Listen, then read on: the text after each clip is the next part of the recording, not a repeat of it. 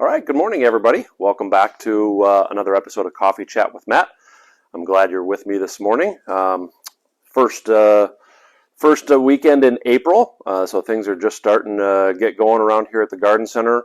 The plant material has been flowing in despite the cold, rainy, and unfortunately snowy weather we had this past week. We brought in several thousand plants over the last few days anyway. A couple hundred trees every day coming in, whole truckloads full of shrubs. We're starting to bring perennials out of our unheated hoop houses. So a lot of times at this time of year, people ask me, is it too early to plant and things along those lines?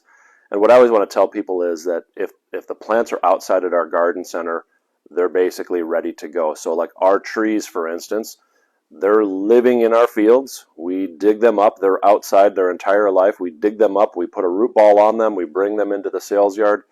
It's no different whether it's sitting in our sales yard, sitting in our field, or in the ground in your yard. So those are all safe to plant. Shrubs that we're bringing out of our unheated hoop houses, so we keep them in unheated hoop houses just to offer a little bit of protection over the winter, but there is no added heat in there, and so those container grown shrubs are ready to be planted. So we've been bringing all of those into our sales yard, so if it's out there, it's ready to go. Now there's some other items that you might find in one of our minimally heated greenhouses or one of our higher heated greenhouses, annuals, vegetables, things like that we have started so that we'll have them ready for you when the weather is appropriate, but those plants are not safe to be planting yet. So if you have questions about any individual types of plants, should I plant this or that, feel free to throw that into the comment section. Megan's with me today. She'll answer some of those questions. If we need to answer some online here, we can, or after the fact.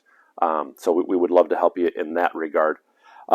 Today's topic, I haven't done this talk before or really brought up this a whole lot, but I wanted to talk a little bit about soils today, which isn't a real glamorous topic, but I think it's a really important topic. And along with it sort of goes proper planting techniques. So we're just going to touch on that a little bit, but we're going to kind of dive into soils a little, or maybe a little bit more in depth, I suppose.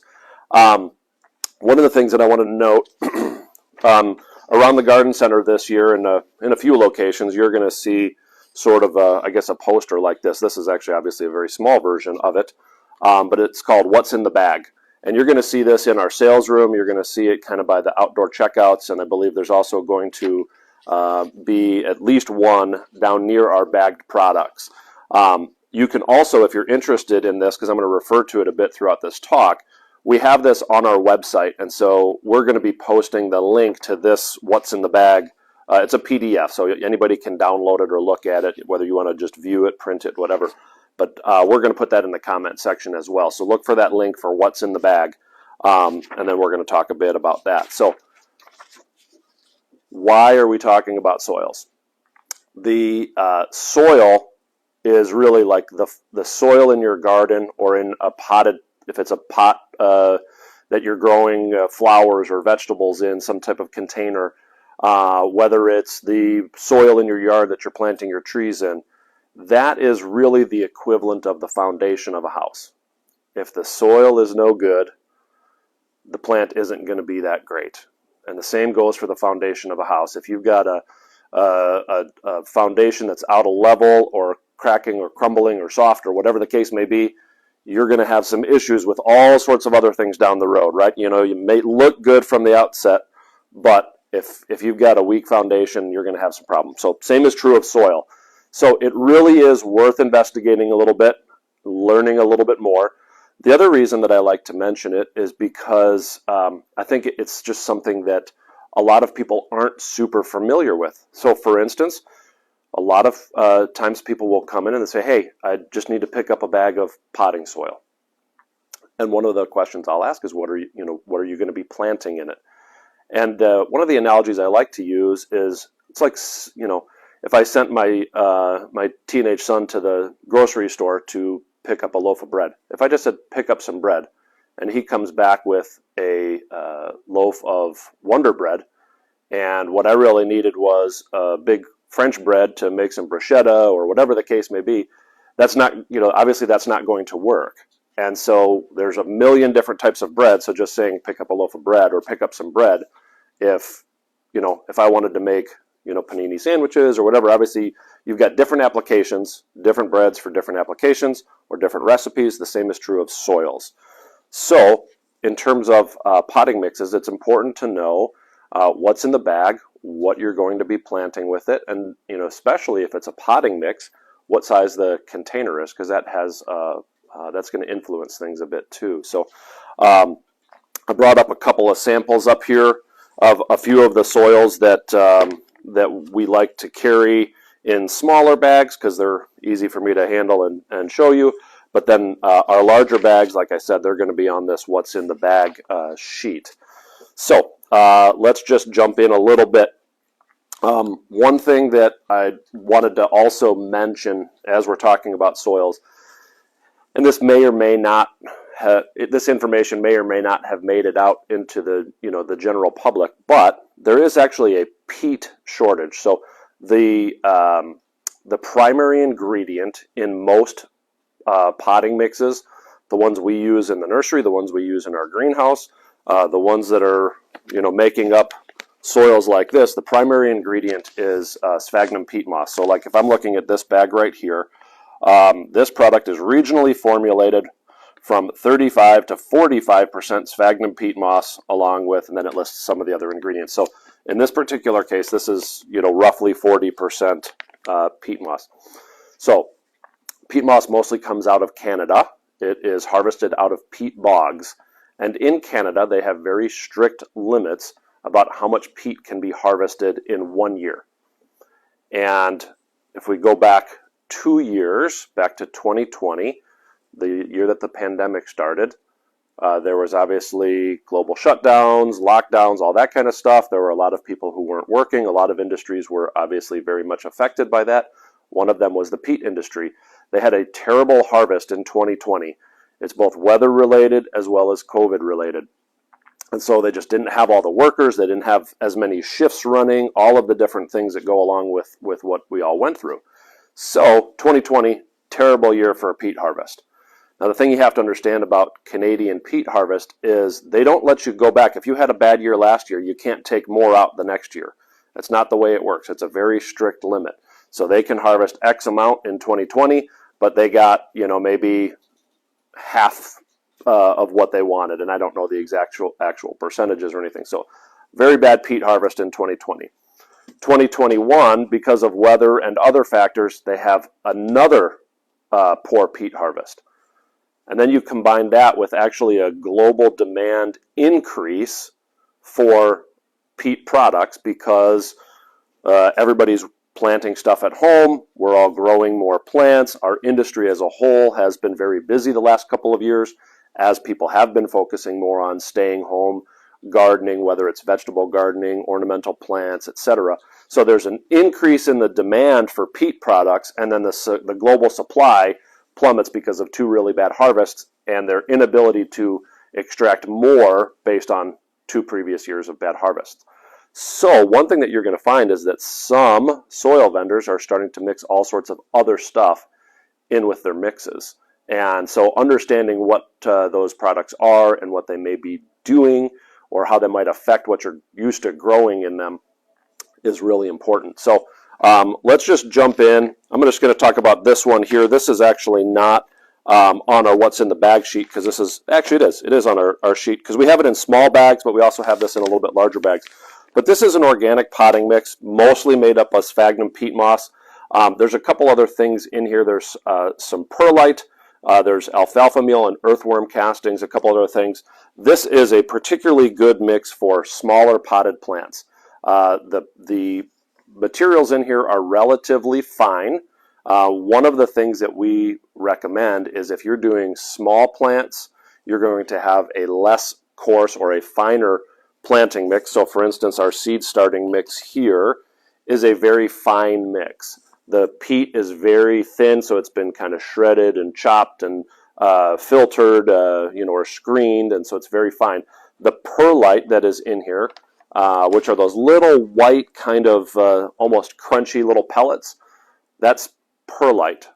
Perlite is basically a volcanic substance. It's something that comes out of the ground naturally. So it more or less gets mined or harvested from the ground. It's perfectly safe. It's natural. And it provides aeration and proper drainage for your planting mixes. So those are those little white pellets or sort of pellets that you see in there.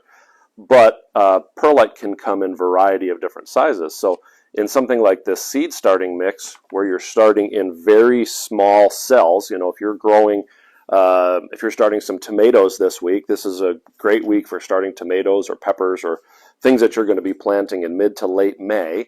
This is a perfect time to be starting those. And you are going to be planting them, or starting them at least, in tiny little cells or a little tray of some kind, or a very small container. And you're going to use something like this organic seed starter because it's very fine. The seed is not going to just wash through the coarse material and end up at the bottom of your pot. That would be bad for a lot of plants. You know, most seeds are going to tell you right on the packet this goes a 1/4 inch deep or an 1/8 inch deep. But if that seed was all the way at the bottom of the pot, it really can't grow properly. It's going to fail. So you'd want to use something like that. One of the other things that I like about this, and I mentioned this I think last week, and I've mentioned it multiple times over the years, is that both of these products also have what's called mycorrhiza in them. Mycorrhizae or mycorrhiza is it's a beneficial fungus that we would normally have living in our soil. So if I walked across the street, there's a forest preserve across the street. If I walk across the street and move the leaf litter that's on the ground, and I take a big scoop of soil and we threw that under a microscope or analyzed it, whatever, we would see all sorts of different living bacteria as well as fungus. Those have a really healthy, they provide a really healthy biology in the soil, and they have a job to do. And so like in the case of mycorrhizae, they help the root system of plants find water and nutrients. So it's almost like a little symbiotic relationship, if you will, where the mycorrhizae will attach itself to the root system and they kind of coexist. The benefit there is in a good healthy soil, when that's happening, the roots are going out to areas and finding those nutrients in soil without as much effort and energy as they might if it was absent in the soil. And so when we look at the soil, say in our subdivision or really any in-town location, things like that, most of the mycorrhiza and other, like what we would call rhizosphere bacteria, most of those have long been dead because the soil was stripped off. You know, when the home was built, whether it was 30 years ago or 3 months ago, soil gets stripped off. All of that biology goes with it. We're down into maybe heavier clay, less topsoil, things like that. And so all of that biology is gone. So we like to add that biology back to the soil when we're planting trees. But you can also do that with your potted plants or in-ground plants by using a mix that has, in this case, you'll see some of these, like this one right here. I guess there's a nice little symbol right up at the top. It says includes mycotone, and that's their kind of brand of what they call their mycorrhizae. But then on the back of the bag, you're going to see listed a whole bunch of, let's see, 1, 2, 3, 4, 5. So 5 different species of mycorrhizal fungi, and then another 4. So there's 9 different species of mycorrhizal fungi. And the reason for that is that certain plants and certain species of mycorrhizal fungi kind of go together. And I don't know all of the ones that, like this one goes with that plant, but they put a whole mix in there hoping that they're going to hit, whatever type of plant you might be putting in the ground. So that's a really good thing. You can add mycorrhizal fungi and rhizosphere bacteria, things like that, to your vegetable garden. You can add it to your trees when you're planting. You can add it to perennial plants as you're doing it, and it can go in the ground or in a pot. If you just want to add those beneficial bacteria and things like that, if you're trying to get your soil alive again, we do have a product called Biotone, which is an organic fertilizer which is loaded with all of that mycorrhizal fungi and rhizosphere bacteria. You can just mix that in with the soil.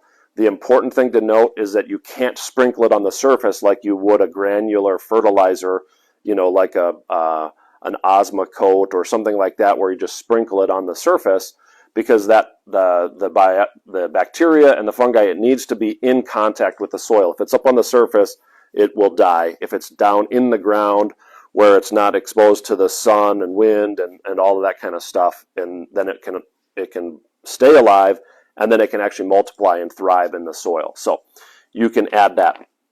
So if you're starting seeds, we're going to use something like this. This potting mix here is going to be for your smaller and mid-sized containers. It's got the sphagnum peat moss in it. It's got perlite in it. It's got some other organic stuff in there to help give it a little boost, like some kelp meal and feather meal. So that's a really nice product. If you're doing larger containers, if we check out our What's in the Bag handout, there's a professional potting mix and an all-purpose potting mix that we have listed on there. And those are fairly similar products, but I like to point them out because based on the size of your container, that's what's going to determine which one of those two you use. So if we look at them, they're relatively similar. So I'm looking at this dark green bag, which is called Professional Potting Mix. We have that made locally, as well as the all-purpose potting mix, also made locally. The difference between the two, they're both 1.5 cubic foot bags. They both contain a little bit of starter fertilizer, but the professional potting mix, that dark green bag, is going to be a little bit finer, and that's going to be used for small and medium-sized containers. It's got peat in it. It's got it's got some southern pine bark fines and perlite and vermiculite. All of those are going to help keep the soil profile from getting too compacted. It's going to improve aeration, and it's going to improve the drainage of your container. But it's all relatively fine, smaller particles, things like that. When you go up in size, if you have, say, 12 to 16 inch or larger containers, a big urn on your front porch, or maybe around the pool deck, or you're working with like a grow box of some kind, that all-purpose potting mix, the bark that's in there is much more coarse. It's a much larger piece. Same with the vermiculite and whatnot. So all of those pieces are a little bit larger. So that's going to prevent soil compaction and provide for better aeration in those mixes. So small containers, professional potting mix; larger containers, the all-purpose potting mix.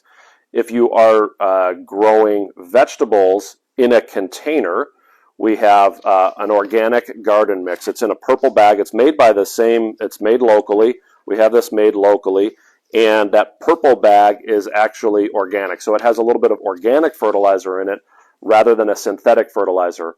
All of the other ingredients that are in these products are all natural anyway, so that obviously that pine bark, vermiculite, and perlite are both organic products. So perlite I mentioned before. Vermiculite is a very common additive to soil mixes.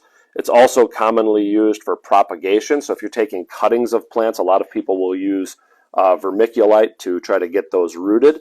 Vermiculite, where perlite comes out of, is like a volcanic glass product, basically, harvested from the ground.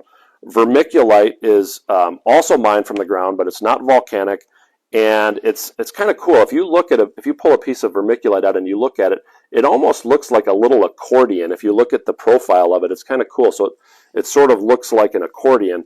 And what they do is they harvest vermiculite out of the ground, and then they put it in a furnace, superheated, and it kind of causes it to expand into that, that little accordion style thing. And again, that just gives a place for more oxygen in the soil. It allows water to get through there. Bacteria and whatnot that we were talking about before, all of those can live on that. And so it just provides more surface area for all of that to happen in a mix. So we have various types of vermiculite. You can buy just vermiculite in a bag like this. If you have a vegetable garden or specifically raised bed gardens, but regular old vegetable gardens too, we have really big 4 cubic foot bags of vermiculite that can be added to your garden mixes, into your potting mixes if it's a raised bed, things like that. Or if you're doing container garden or in the ground garden, we actually have a product that we have made specifically for us. It's my own recipe. We very creatively have named it Wasco Nursery Veggie Mix. And it's in a very simple white bag. We didn't want to spend a whole bunch of money unnecessarily on a pretty bag or anything, although it would be nice if it had a nice big label on it, but it's just a white bag, and right up at the top it says Vegetable Garden Mix. And that's my own recipe. It's got organic topsoil, so it's a little heavier mix. This is not for small containers. All of these other mixes that I've been talking about actually have no soil in them, so we call them soil-less mixes. But the veggie mix has soil in it, so it's heavier. It's good for in the ground. It's good for very large raised beds, things like that. So it has organic soil. It has mushroom compost. It has some peat in it, and it has vermiculite, which we just talked about, and it's got the mycorrhizae added to it. I really am a very firm believer in the positive or beneficial effects of mycorrhizae, so we've actually added it to that bag. So soil, peat, compost, vermiculite, and mycorrhizae. It's all organic. It's a wonderful mix, and that can be added right to your vegetable garden. It can be blended into a vegetable garden. It can be used just to top off the garden. You know, over the course of time, sometimes the garden sort of sinks a bit as you're pulling out old root systems from, you know, dead vegetable plants from the previous year. So you pull all that stuff out, put a nice layer of that vegetable garden mix over the top, work that in. That's going to be really effective. We also just have a blended compost. Blended compost is going to be mushroom compost, old composted hardwood fines. So basically, if you can imagine a pile of mulch that just sat there and sat there and sat there and never really got used, and that mulch starts to break down. It's good organic material. It's kind of fibrous, so it provides some aeration, that type of thing.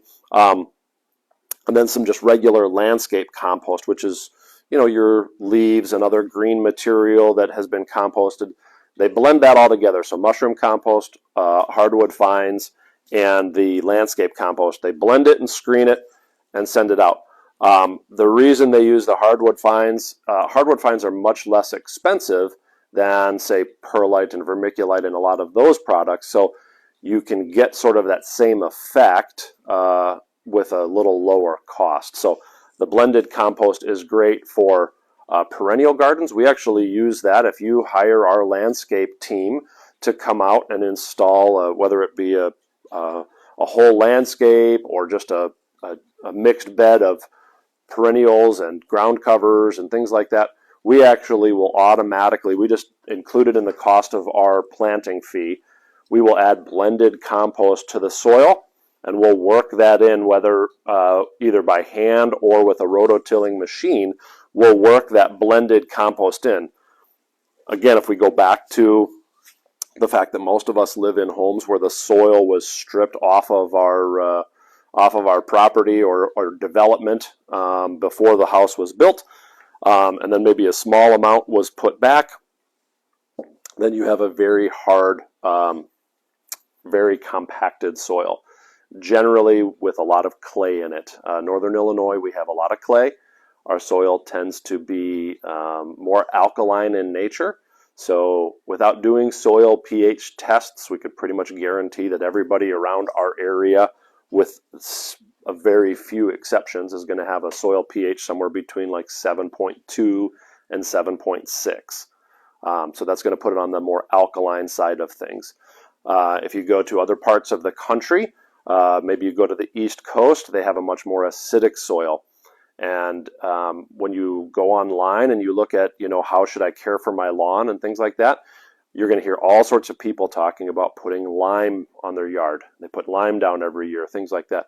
We don't have to put lime down here in the Midwest. In fact, you won't even find big 40-pound bags of garden lime in our greenhouse or in our store here, because nobody around here needs that. You know, unless you're growing a very specific crop that requires a very high pH, you can do away with that. So a lot of online resources are going to tell you to do that. Even a lot of the manufacturers of grass seed and other products are going to tell you to, you know, that's part of a healthy lawn program.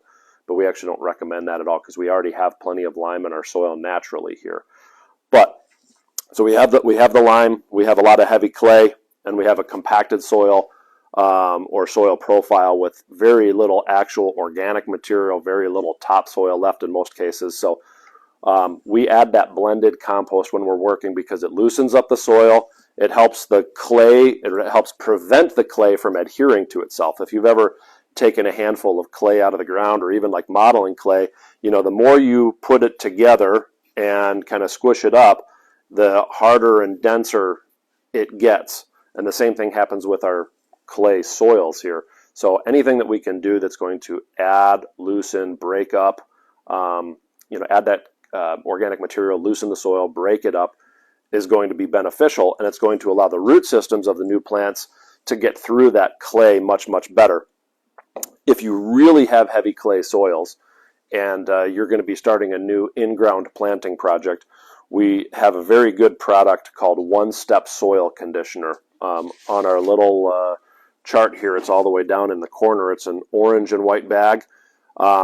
Unfortunately, it looks very, very similar label-wise to our blended compost. Same company manufactures that for us locally, but so you just want to make sure you look for the right bag. But the One Step Soil Conditioner is great. So it's used for breaking up heavy clay soils. It has pine bark fines, compost, leaf mulch, hardwood fines, iron sulfate. It's got blue chip, gypsum, and added mycorrhizae. So we've talked about mycorrhizae enough. I'm not going to jump into that. We talked a little bit about pine bark fines and hardwood fines. We've talked about compost and leaf mulch.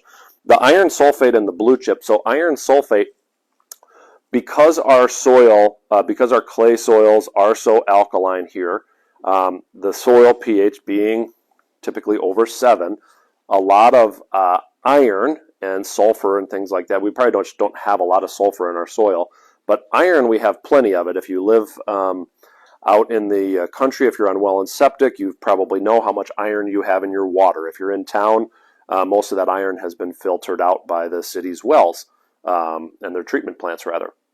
But out in the country here where we're on well and septic, you've got a lot of iron in your water. We have a lot of iron in our soil, but because the soil pH is so high, iron gets kind of chemically bound. It's like an ionic bond that iron is not available. So it's there, it just can't be used.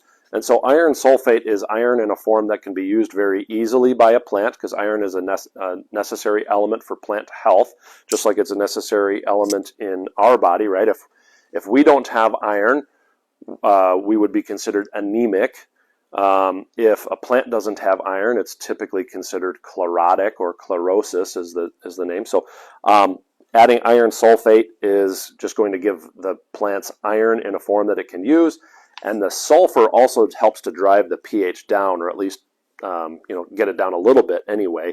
If you have a real specific problem, like if you have iron chlorosis on a river birch or a pin oak or something like that, the reason you have iron chlorosis is everything that I just mentioned, that heavy soil, our high pH, the soil has been stripped off, it doesn't hold as much organic matter, all of that kind of stuff. That's the reason most likely that you have iron chlorosis. The fix is one of two things. Either give it iron in a form that it can take, so arborist companies can come out and do iron injections right into the trunk of the tree, almost like you or I going to the doctor and getting an IV of, I suppose, iron. I really have no idea what they give us, but otherwise, you could try to change your diet, right, and eat more food, spinach, whatever that are rich in iron. Well, the same is true of the tree. If you can give the tree iron in a form that it can take in, and if you can lower the pH to release some of that iron that's in the soil, then those trees should start to trend towards, kind of a more healthy growth pattern, and hopefully that chlorosis will be diminished. So you can do that by adding either iron sulfate or aluminum sulfate to the soil to help drive the pH back down. So a little more acidic soil will release some of that iron. There's other plants that just really thrive in an acidic soil. So things like rhododendron and azaleas love an acidic soil.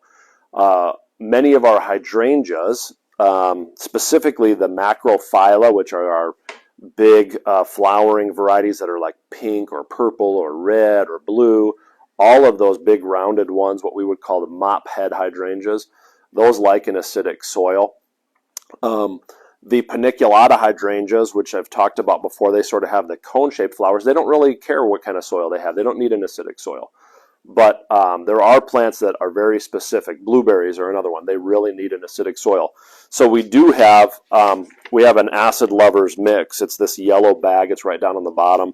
It's made by a company called Dr. Earth, and it's specifically designed for rhododendron, Japanese maples, holly, hydrangea, blueberries, and many evergreens. So a lot of our evergreens prefer a more acidic soil, but that's not a blanket statement. So there are some that really don't care. Boxwood, arborvitae, they don't really care about an acidic soil, or most arborvitae anyway, really don't care about acidic soil, and are perfectly fine to grow in our normal alkaline soils that we have here in the Midwest. But if you're trying to grow one of those specific plants, what I normally will recommend is that you dig your hole to the proper depth.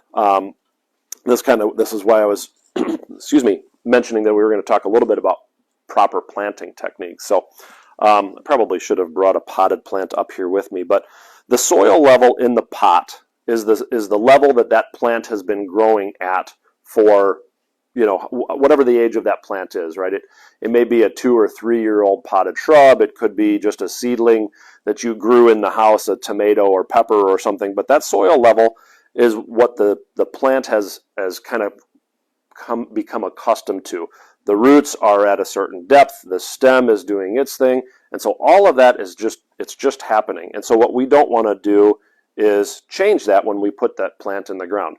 So when I say the proper depth, we want to measure the soil level in the pot, or if it's a plant that has a root ball of some kind, we want to measure top to bottom how tall that root ball or that root system is. So again, it's not the whole pot, because sometimes you may have say a 10-inch tall pot, but the top 2 inches are not filled with soil, which is perfectly fine. We actually do that on purpose so that when we're watering, we have the ability for that pot to hold this much water. So when we are walking past with the hose, we water it, it fills up, we move on to the next one, and then over the course of the next several minutes, that water is going to kind of perk down through the soil. If the soil is filled right up to the very top of the pot, and I hit it with the hose, count to 3 or 5 or whatever, and move on to the next one, all that water runs off very quickly, so it doesn't have the ability to hold as much water. So a lot of times we do that on purpose, but it means that you need to be careful with your planting depth. So you measure the actual soil level, and that's how deep you dig your hole. So we're starting with just depth. So it's okay if the top of the root system, whether it's a potted plant or a root ball, doesn't matter. It's okay if the top of the root system sits just a little proud of the soil. So if it's perfectly level, that's great. If our root system is just a little higher, perhaps a ½ inch or 2 inches higher than the existing grade, that's perfectly fine. If it's too low, or even just a little too low, that's a really bad thing, specifically for trees, but most plants in general. Because what happens is you've created a depression there, and when it rains, when you water, the water just kind of sits and pools next to trunks and stems and things like that, and that's never a good thing. So keeping it just a little high is fine. You don't want it way out of the ground. I see that sometimes too, where people just get a little lazy, I suppose, and maybe don't dig the hole deep enough, or they are hitting some hard substance, whether it be an old stump or gravel or rock, and they just said, well, that's deep enough, and so the root ball is really sitting really high out of the ground, and that's usually not a good thing either. That'll dry out very quickly, and it'll freeze much harder during the winter time. So we want to shoot for level or just slightly above grade. Then in terms of width, we want to go at least 50% wider than the root system. So if I have a container plant that say is 12 inches, I've taken it out of the pot, and the root system itself is 12 inches tall and 12 inches across. We're just going to use this for easy math. My hole is going to be somewhere between 10 to 12 inches deep. If it's 12 inches, I can keep an inch or two, or I'm going to go perfectly level. In terms of width, we want to go at least 50% wider. So If I've got 12 inches, 50% of 12 inches is 6 inches, so I want to make sure that my hole at minimum is 18 inches across. Now you can go twice as wide or even wider. The wider you go, the better. The more you're digging that soil out and disturbing it and loosening it up, the easier it is going to be for the root system of your new plant to get established into that surrounding soil. So the worst thing that we can do because of our heavy clay soils is dig a hole that's the exact same size or just slightly larger than our plant. And again, it doesn't matter if it's a potted plant or a root ball. If I dig my hole just slightly wider, and I'm sure if any of you who have dug a hole in our soil here know what I'm talking about. When you dig into that clay, the side of the hole almost becomes glazed, like it's just clay, and you can see, the shovel slicing through that, and it's just this like, glazed clay surface right here. And if my new plant is planted in there and is just a little bit narrower than that pot, or than the hole, the roots start to grow out and they hit that glazed surface from our shovel sliding across it. Almost, the roots will hit that, and it's almost like hitting, a brick wall, and the roots start to turn, and they hit that and they turn. And when a root starts to turn, it is not going to go back out. So we want them to go out. That's going to give the plant stability. It's also going to give it the more ability to find moisture or to have dry spots in periods of very heavy rain, because that's also important. The closer the root system is to the plant here, if this hole is filled with water, that root system has no ability to breathe. If there's roots all over the place and it's kind of wetter over here and drier over there, then that plant can usually sort of, moderate itself, if you will. But when the plant's roots are all confined into this very small location or in a pot, and it's always wet, you're going to start to have root rot issues. So if we dig our hole extra wide, and specifically if we amend the soil a bit, so we can amend with compost or the one-step soil conditioner, we can amend with something like the acid lovers mix, or we can add a little bit of vermiculite depending upon what we're planting, things like that. So we add some of those loose things to our soil to help break up the clay, to help improve aeration, and then we will backfill. That Biotone product that I mentioned is a wonderful soil additive. If you don't do anything else and all you do is add Biotone to your soil, that alone would be a really big head start for that plant. So just the proper planting techniques, over digging the hole, chopping up or loosening that soil, perhaps getting rid of some of the heavy clay, and adding something, organic like a blended compost or the soil conditioner to it. Any of those things are going to help. What you don't want to do typically, and there's a couple of exceptions to this, like blueberries, for instance, maybe rhododendron. But what you don't want to do is dig your hole, pull all of that native soil and clay and everything out of the hole, and then backfill completely with, say, something like this, or really any product. Because what you've done is you've sort of created like a little false growing environment where you've got this perfect soil all in this area, and then as soon as those roots hit that clay, then they stop growing, because there's such a vast difference between your growing media that you put in there and this clay, and the root system's like, no, I'm not having that today. So it just stays close to home, and you don't develop that really good, healthy root system. So you're going to want to make sure that you provide some of your native soil along with whatever soil additive you might use. You're going to want to use a mix of that.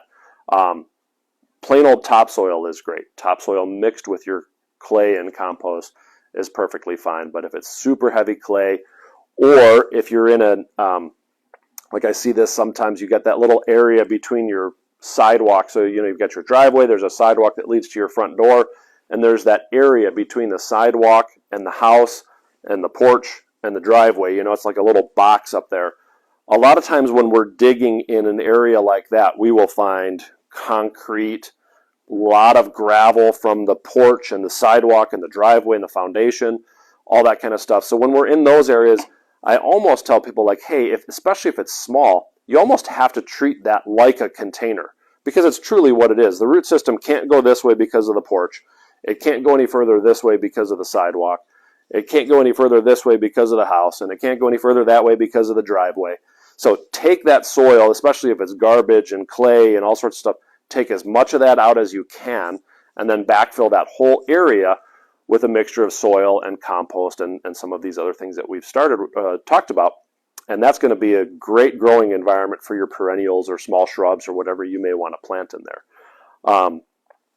In the case of, say, blueberries or rhododendron, which have very specific growing requirements and just absolutely despise our heavy clay here and our alkaline soils, I do recommend actually removing as much of the soil as possible, sometimes even digging the hole a little bit deeper and then backfilling it back to the proper depth so that you have some drainage below, and then completely backfilling with mixtures like our acid lovers mix or something that the plant is really going to thrive in.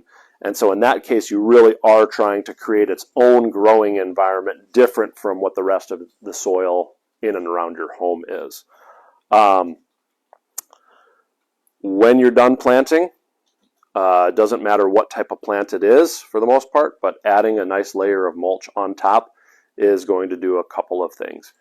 For the first during the growing season, that mulch is going to help insulate the root system from the effects of wind and the effects of the sun. So the sun is shining down on the soil and it's drying that soil and it's heating that soil sometimes faster than the plant would like, so it dries out quickly.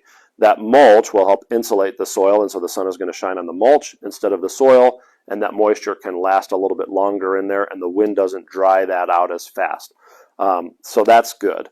And then in the winter time, that mulch is going to help insulate the ground. So when we get that, those cold nights in October and November, the ground is still going to stay warm. It's not going to freeze or get as cold as quickly because that layer of mulch is there to insulate it.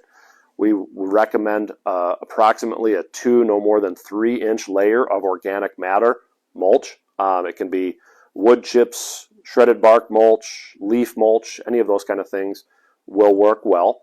And it's very important that you do not put the mulch up against the trunk or stems of the plant. I do see this fairly frequently. I see it with homeowners. I see it with professional landscapers.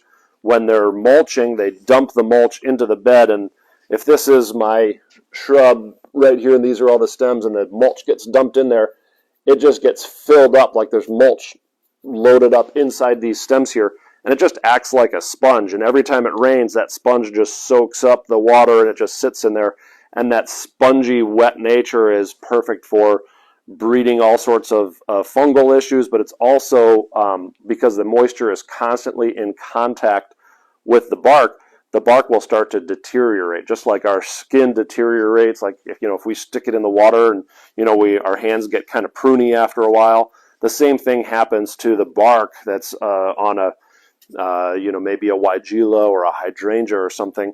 All of that mulch in there, soaking up all the water, in constant contact with the bark, and it'll just start to kind of deteriorate.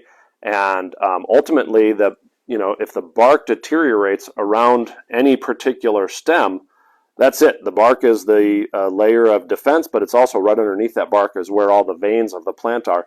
So if I have a stem here and I just take a little 1/2-inch swath all the way around and remove it, that stem will die. It'll die very quickly. And so if it's a single trunk tree and we bury it in mulch, I mentioned last week a little bit about volcano mulching.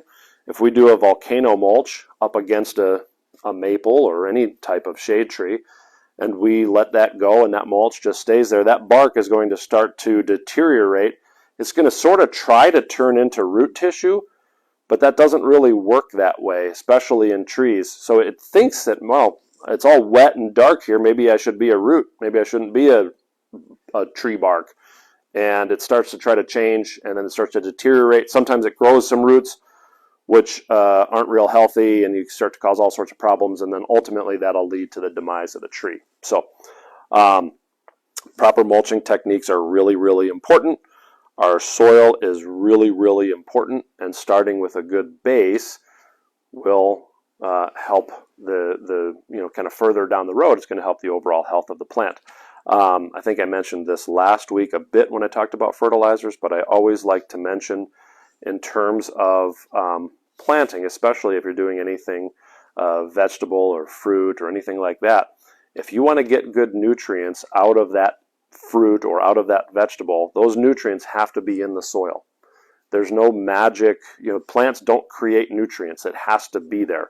So calcium or iron or magnesium or any of those things, a plant can't create those things. They have to be there. So if we have a dead soil, if we just have a soil that has no nutrients in it, or if we've just planted and harvested year after year after year, the soil is just depleted of all of those micronutrients. That's the iron and the manganese and all of that stuff, calcium. If the soil is depleted of that, you can't get that out of that tomato. You can't get calcium out of your tomato if there's no calcium in the soil, or if the calcium is very low. So we need to be adding.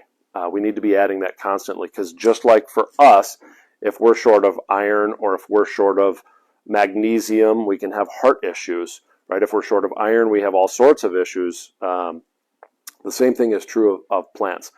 They have to have that. So people always ask me that about fertilizing, 10-year-old trees or 20-year-old trees. I have a company coming out this week to fertilize. I've got several large new trees that I planted in the last couple of years, and then I have quite a few trees that are 30 plus years old that we inherited when we bought the home. I have a company coming out to do soil injections of micronutrients, because after all of these years, those trees are going to need that. And so we do that every year. We have them come out. I think that it's a wise investment. If you have smaller trees, you could probably do that on your own. We have great products that you can use, plant tone, evergreen tone, tree tone, things like that. They're organic. They're safe for you to be using. You don't even have to wear gloves. I mean, they're perfectly safe. It does stink a bit. Your hand's going to smell, so I wear gloves when I use it. But I throw that all throughout the beds where I have perennials and smaller shrubs and things like that. And I have my very large, specifically my old oaks. I have those fed every year. But you can do that on your own by taking those granular fertilizer products and just putting that all throughout the root zone of a tree, or if you have a mixed bed, just kind of all throughout there. And this weekend is a perfect time for that. I think there's a little chance of rain today. I actually didn't look this morning again. Yesterday they were calling maybe for some rain today. I think tomorrow is supposed to be relatively sunny and dry, but then unfortunately we're back to that kind of cold, wet forecast for the next 3 days. So I think like Monday, Tuesday, Wednesday, at least last time I looked at the forecast for here in northern Illinois, it was going to be cold and rainy again. Well, that's just perfect soil, perfect weather conditions for putting down those fertilizers so that they can start to dissolve, break down, work their way into the soil, whatever the case may be, and really allow for those plants to start growing and have those nutrients available to them as they start to wake up from their dormant period. The same is true of your lawn. If you've watched any of our other episodes, you know I'm not a huge fan of lawn, but it is what it is, and we all have it, and we all need it because the dog needs somewhere to go, and the kids want somewhere to play, and I want somewhere to be able to run around and throw the frisbee with the kids, all that kind of stuff. So it serves a purpose. It is necessary. I get it. But whenever we can remove some lawn and add native plant material or ornamental plant material is always a good thing. But in the meantime, while you have as much lawn as you do, it needs to be fed. And so putting that fertilizer down at this time of year right now is really going to be helpful. I would say it's just a tad early, depending upon what product you're using. If it's specifically a crabgrass preventer, it's probably a bit early for those. If it's any of the organic products, put it down now. If you're not super concerned about crabgrass, and some of them have a slow release crabgrass prevention, those are going to work perfectly fine. So like Greenview's Fairway formula with crabgrass prevention in it, you could put that down right now.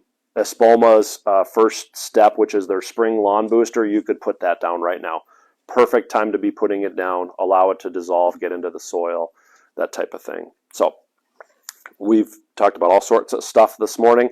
I didn't even cover every product on our little chart here. There's some specific things that you may want to use if you are really looking for a certified organic product. We have a potting mix and a compost, which are good for fruits, vegetables, all sorts of other stuff. Those are both certified organic.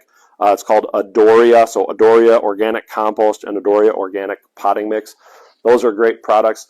We have all sorts of other products as well. We're always happy to try to give you as much information as we can. It's one of the things that we believe is important as part of our mission, is to educate and help.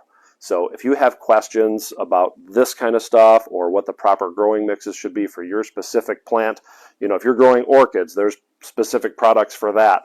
If you're growing succulents, we're going to talk about a whole different planting mix because they have different requirements. So we'll help you as much as we can, and if we don't have the answers, we'll try and find them for you or help you. You can always go, we're adding more every week, but you can always go to wasconursery.com/learn. We've been adding a lot of our educational resources there. I don't think the What's in the Bag is on that site or in that location yet, but you'll find it in the, it is on our website, and you'll find the link in the comment section. But we'll get this added to our wasconursery.com/learn, and we're adding more things to that all the time. There's a great list of deer and rabbit resistant plants and some common treatments for things like apple scab, which we'll be talking about relatively soon. So I hope that helps. I hope that you've learned a little bit of something. As always, I really appreciate you spending your morning with me. And until next time, have a great weekend of planting and working in the garden. Take care.